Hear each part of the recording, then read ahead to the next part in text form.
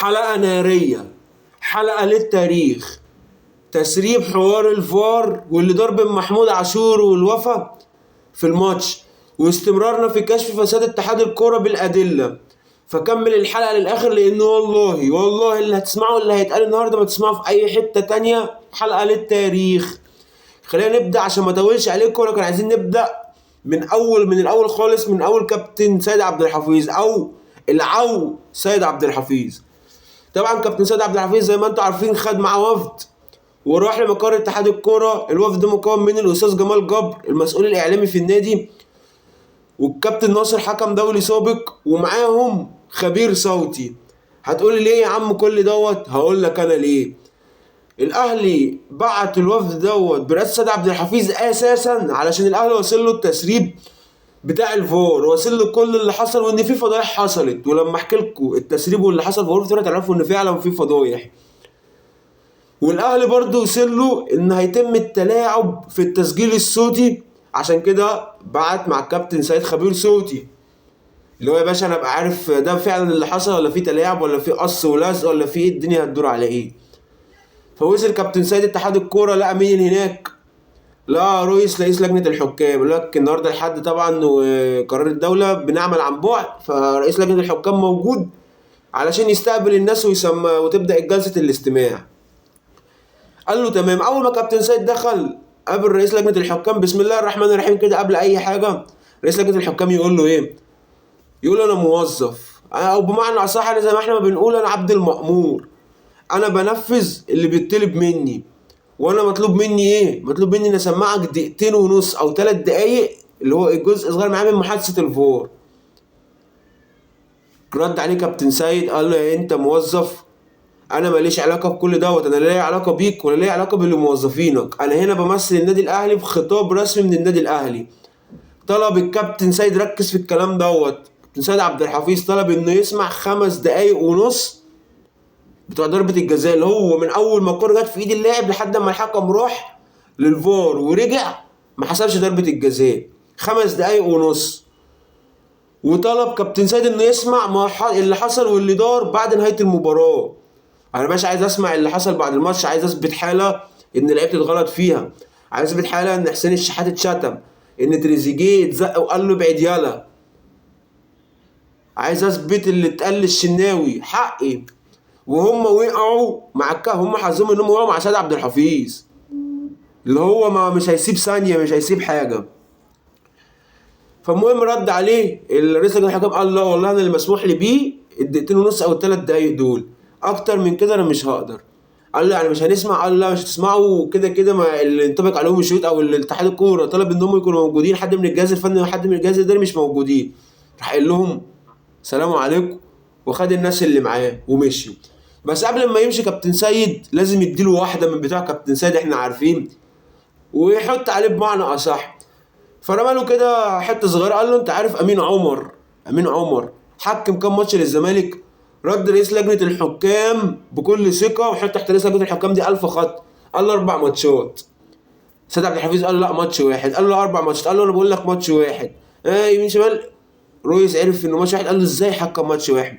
يعني انت اول حاجه كده بس بسم الله الرحمن الرحيم في الفيديو رئيس لجنه الحكام مش عارف حكامه حكمت كام ماتش للفرق.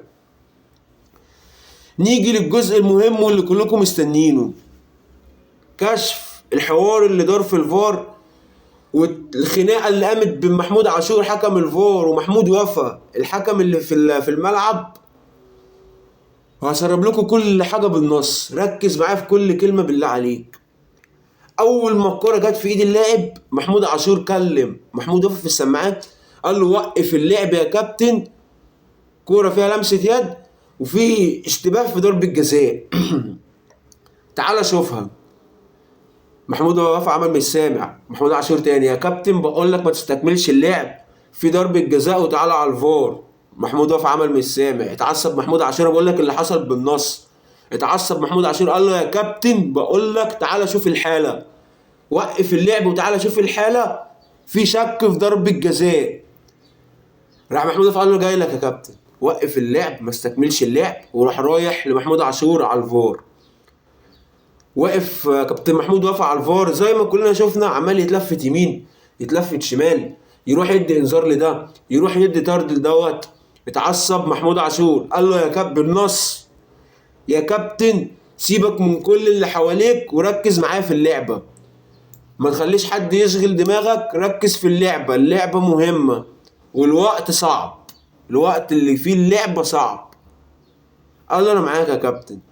محمود عاشور عرض له اول حاجة بس في بروتوكول الفار، في بروتوكول الفار اللي مسؤول عن عرض الزوايا والمسؤول ان ينده الحكم وما يداش الحكم هو حكم الفار، اللي هو الكابتن محمود عاشور، اللي هو من افضل الحكام الفار في افريقيا، اللي هو حكم دولي وراح كاس العالم. وهقول لك ليه، يعني ركز في الحته دي وهقول لك ليه لما اكمل لك باقي الحوار اللي دار. فعرض له اول زاويه واللي هي اقرب زاويه طبقا لبروتوكول الفار، اقرب زاويه بينت ان الكره في ايده والكره لمسه يد. قال له دي اقرب زاويه يا كابتن، بص في الكره في ايده وفيها لمسه يد. ده كلام محمود عاشور. رد محمود وفا قال له لا هات لي زاويه تانية. محمود عاشور استغرب قال له يا كابتن انا جايب لك اقرب زاويه ومبينه ان الكره في ايده وفيها ضربه جزاء. قال له عايز زاويه تانية. طبعا محمود عاشور اتعصب اتضايق، انا مش واحد صغير، انا حكم دولي، انا حكم رايح كاس عالم، وبعدين انت مش من حقك، انا اللي من حق اجيب لك الزاويه اقرب زاويه، وانا جايب لك اقرب زاويه. ولكن بالرغم من كده عصر على نفسه نص ليمونه وجاب له الزاويه التانية، وبكل تعصب قال له اتفضل يا كابتن ادي الزاويه التانية اهي، وادي الكره في ايده اهي وفيها ضربه جزاء اهي. وانت مش بتتكلم مع حكم صغير، بقول لك اللي حصل، انت بتتكلم مع محمود عاشور حكم دولي وحكم كبير، وادي الحلقه عندك.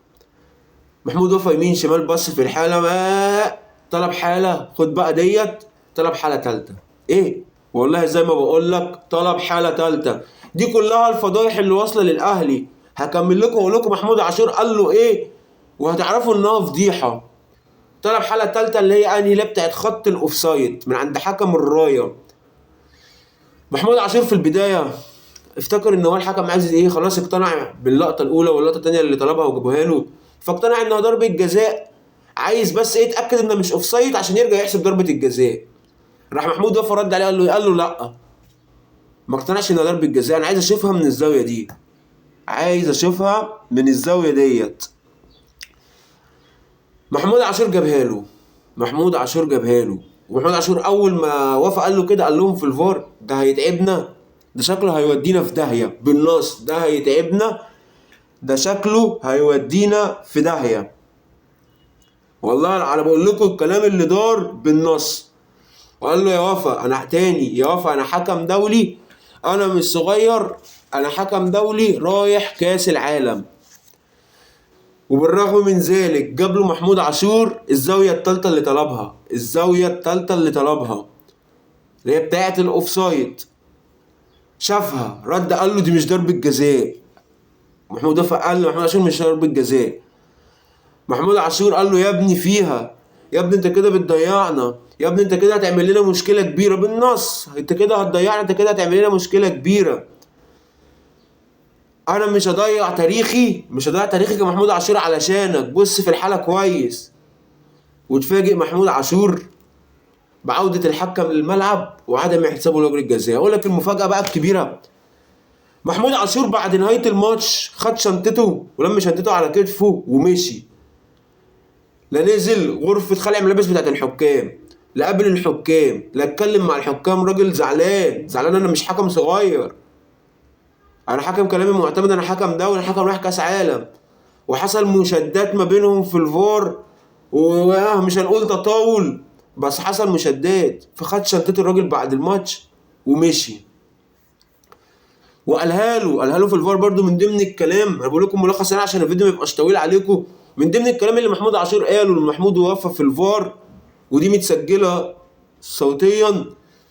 قال له كده انت اللي بتدور على اي حاجه عشان ما تحسبهاش. قال له ايه؟ قال له زي ما بقول لك انت كده بتدور على اي حاجه عشان ما تحسبهاش، وكده انت هتحطنا في مشكله كبيره. اتقالت بالنص.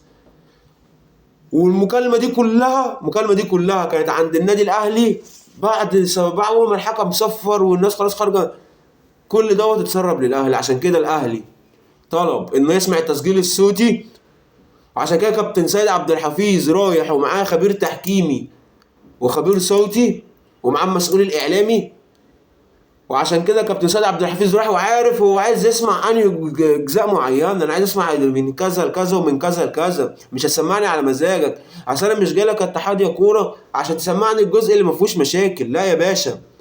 انا عايز اسمع ال5 دقايق ونص بتوع ضربه الجزاء واللي كان محمود بابا واقف فيهم على الفار بيتكلم مع محمود عاشور لان فيهم فضايح.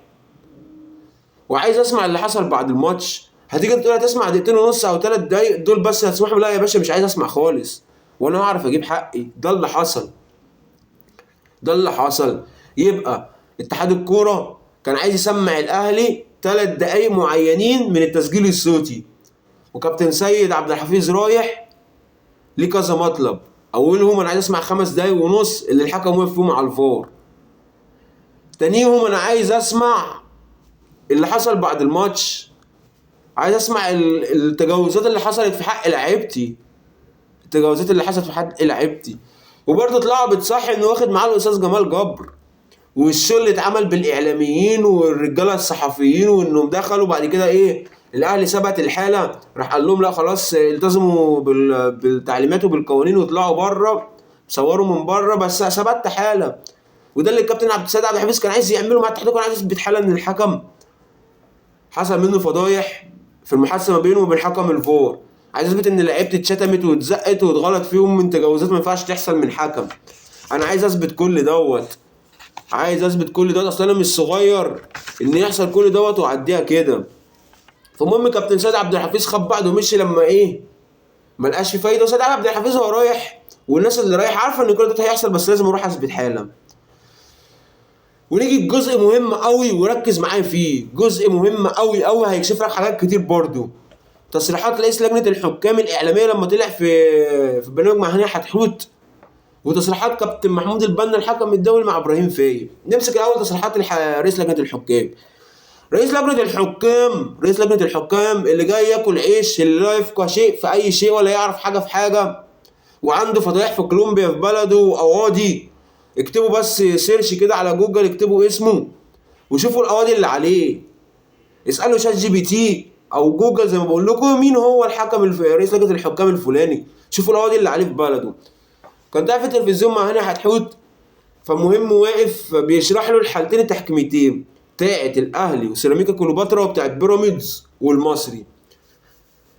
فبيقول له لا بتاعت الاهلي الراجل ايديه مش مكبره جسمه، ايديه مش مكبره جسمه، مع ان احنا شايفين اللاعب ماشي بيتمشى وايديه مكبره جسمه وايديه بره جسمه، في قله وعي من اللاعب.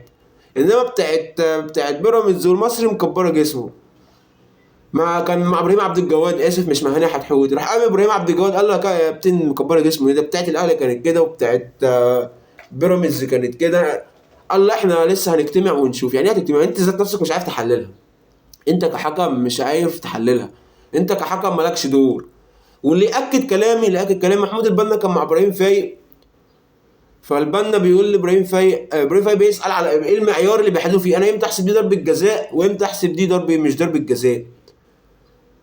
رد عليه بنا قال له يلا انا اللي الحكام بتقوله لي ان هم مش عارفين له معايير، مش عارفين له معايير. انت طلعت سقفت في بتاعت الاهلي وسيراميك قلت ايوه صح دي مش ضربه جزاء عشان ايده مش مكبره جسمه، فانا حسبت ديت اللي هي دي عكس دي. فانهي اللي صح وانهي اللي غلط؟ انهي المعيار اللي امشي عليه؟ قال لك الحكام ذات نفسها مش عارفه. ويعني ايه حكم؟ نزل له بقى الفيديو ده، دي نازله في فيديو، ده مش تسريب ولا دي نازله في فيديو، وهم بعد السلام الوطني وعملوا القرعه وبتاع. فبيقول لتريزيجيه ركز عشان انت متوصي عليك. بتوصي على مين يا؟ لازم بتوصي على مين؟ انت بتكلم كابتن الاهلي، انت بتكلم النادي الاهلي. اجيبها لكم من الاخر، هنا بريده دقت بول الحرب مع النادي الاهلي. اللي عنده نفس طويل يستحمل، اللي عنده نفس طويل يستحمل. والاهلي طول عمره على حق وصاحب الحق عفي، الاهلي طول عمره على حق وصاحب الحق عفي. انا معاك للاخر، انا معاك للاخر. ولازم مجلس اداره الاهلي ما يسيبش حق الاهلي. انا مش عايز ال3 بونت بتوع ماتش سيراميكا، الماتش خلص وخلصت، بس حق يا باشا، حق لعيبتي يا باشا، حق كابتن فريقي، حق كابتن فريقي. في 2020 حصل برضه موقف زي كده، وان كانت في لجنه رايحه من الاهلي تسمع الفار ولجنه من الزمالك رايحين اتحاد الكوره. ليه اتحاد الكوره وقتها ما حددش مين اللي يروح ومين اللي ما يروحش؟ ما كان سيد عبد الحفيظ موجود ممثل الاهلي، وكان امير مرتضى ممثل الزمالك، وراحوا وسمعوا الفار والدنيا في اللذيذ واتناقشوا وخدوا بعدهم ومشي. اشمعنى دلوقتي بتحددوا مين اللي يروح ومين اللي لا؟ عارف ليه؟ عشان انتوا عارفين ان في فضايح ومصايب وبلاوي في اللي حصل في الفار، وعارفين ان سيد عبد الحفيظ العو ما بيعديش حاجه. لا بلاش سيد، بلاش سيد، العو جه وانتوا بتثبتوا فسادكم. لما تقول لي انا هسمعك الثلاث دقايق دول بس، معنى كده ان اللي قبل الثلاث دقايق فيه مصايب وبلاوي، واللي بعد الثلاث دقايق فيه مصايب وبلاوي. انا يا باشا اللي اعرفه من الاخر، انا واحد صح، انا واحد صح ومش خايف من حاجه. خد يا باشا تسجيل الفار اهو، صفحه الاتحاد انزل عليها التسجيل الصوتي. شكرا شكرا، محدش لي عندي حاجه. ده لو انا صح، لكن انتوا مش صح. اتحاد فاسد، شويه مرتزقه جايين تاكلوا عيش. والنادي الاهلي طول عمره قوي، النادي الاهلي قوي بلاعيبته، بادارته، بجمهوره، بجمهور النادي الاهلي اللي عمره ما بيسيب حق النادي، عمره ما بيسكت على حق النادي. فانت عايز ايه يا هاني يا ابو ريده؟ عايز توصل لايه مع الاهلي؟ عايز توصل الكرة في مصر لفين؟ عايز المشكله تكبر لحد في نص الاهلي؟ مش هيسكت، وهو ذات نفسه عارف ان الاهلي مش هيسكت. وخدها ديت برضو معلومه، ان في اجتماع لاتحاد الكوره يوم الاربعاء، هيجتمعوا يشوفوا هيعملوا ايه وبتاع. من الدنيا برضو بدات تتقلب عليهم. بيراميدز طلع بيان بيهاجم الحكام، سموحه طلع بيان يهاجم الحكام، ولسه واحده مفيش الا نادي واحد ما اعترضش على الحكام، الزمالك. قال لك الزمالك موافق يلعب بحكام مصريين، ما طلبش اي حكم اجنبي لاي ماتش. ما بعد في كل الليله وكل اللي داير اللي ما فتحش بقه، ويرجع يقول لك اصل الحكام بتجامل الاهلي. يا اخي ماشي يا زيزي، سيبك من زيزي دلوقتي. فانا عندي اتحاد كوره لا يفقه شيء في شيء، كل اللي هو بيفكر فيه انا ازاي اعاند الاهلي، ازاي احارب الاهلي، ازاي اهاجم الاهلي. عندي رئيس لجنه حكام ما يعرفش حاجه عن الحكام، ولا يعرف الحكم ده مسك كام ماتش، ولا ادار كام ماتش، ولا حكم كام ماتش. ومش هو اللي بعين الحكام، مش هو. اسامه حسني لما قالك في قناه الاهلي الحكم محمود وفا من كفر الشيخ وحط تحت كفر الشيخ 1000 خط، هو قالها ليه؟ لان اللي بيعين الحكام في اتحاد الكوره معروف هو مين، ومعروف ليه بيعين بتوع كفر الشيخ بلدياته، كل حاجه معروفه. وطلعت تصريحات برضو وحاجات كتير قوي من احمد الغندور الحكم ده، كان مع ابراهيم فايق برضه بيقول لك ما بيحكمش من شهر 12. طب ده ما بيحكمش ليه؟ ده خرجتوه من القائمه الدوليه ليه؟ وقال لك اللي انا بقوله لك دوت، قال لك في حكم ممكن يحكم كل 48 ساعه ماتش، يبقى هنا يجيبوه يحطوه هنا يجيبوه يحطوه عشان علاقات. والله اعلم العلاقات دي واصله لحد فين، وكل حاجه هتبان في وقتها. فما لازم النادي الاهلي يستمر في موقفه، وكل الدعم لمجلس الاداره. احنا نختلف يا باشا ومع بعضينا مننا فينا، الجمهور يختلف مع الاداره، والجمهور يهاجم الاداره، لكن وقت الجد جمهور الاهلي بلا استثناء في ظهر النادي، وفي ظهر اداره النادي، وفي ظهر اي بيان النادي يطلعه، في ظهر اي قرار النادي ياخده. يا حق الاهلي يرجع يا تلغي الدوري تاني، يا حق الاهلي يرجع يا تلغي الدوري. فوق لنفسك يا هاني يا ابو ريده، عشان انت مش حمل انك تدخل حرب مع الاهلي. النادي الاهلي كبير، النادي الاهلي كبير بادارته، بتاريخه، بجمهوره. النادي الاهلي كبير.